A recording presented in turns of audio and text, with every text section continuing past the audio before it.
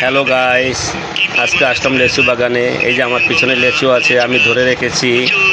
প্রচুর পরিমাণ লেচু ধরেছে, তাই আমি আজকে লেচু বাগানে এসে আপনাদের লেচুর ভিডিওটা আমি দেখাচ্ছি। কত সুন্দর থোকায় থোকায় লেচু ধরে আছে, প্রচুর পরিমাণ।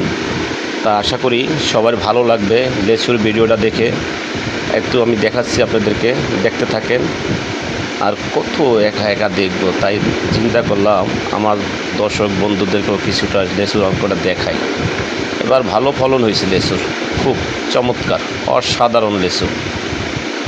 একটা গাছে যেই পরিমাণ লেচু ধরেছে দেখেন, ডালগুলা ভেঙে পড়তেছে, থোকায় থোকায় প্রচুর পরিমাণ লেচু। প্রত্যেকটা থোকায় 50-60টার নিচে না, প্রচুর পরিমাণ লেচু।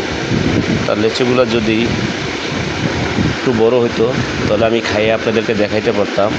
এই লেচুগুলো পাকতে আরও নিম্নে 15 থেকে 20 দিন সময় নেবে, এর আগে লেচুগুলো পাকবে না। তা আমি জিজ্ঞাসা করছিলাম, ভাই কবে পাকবে? আরও 15 থেকে 20 দিন সময় লাগবে। হয়তো দেখা যায় আগামী সপ্তাহে যদি আবার একটু দেখতে যাই লেচুগুলো, তখন আর একটু ভালো লাগবে, বড় হবে। তারপরের সপ্তাহে আপনাদেরকে দেখাইতে পারবো আমি খাইয়া যে কীভাবে লেচু খেতে হয়। ভিতরে মাংস অনেক, তো বিচিগুলো ছোট ছোট, মাংস বেশি তো বিচি ছোটো। এই লেচুগুলো বোম্বাই লেচু এটাকে বলা হয়। বোম্বাই লেচু তো অনেক মজার স্বাদের লেচু, তাই আপনাদেরকে আমি একটু দেখাচ্ছি।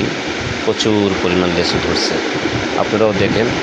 এই যে লেচু গাছের নিচে কিন্তু দোকান আছে, ওরা এইগুলো দেখে শুনে রাখে, আর ওই দোকানদারি করে যাতে চোরে না নেয়, সেজন্য ওরা একটু দেখশন করে।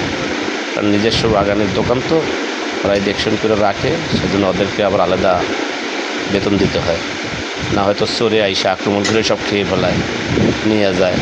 কত আর দেখে রাখা যায়, বুঝেনি তো, চোরের আস্তানা। সেজন্যে লেচুগুলার পাহারা দেওয়ার জন্য লোক থাকে। আজকে এই পর্যন্ত শেষ।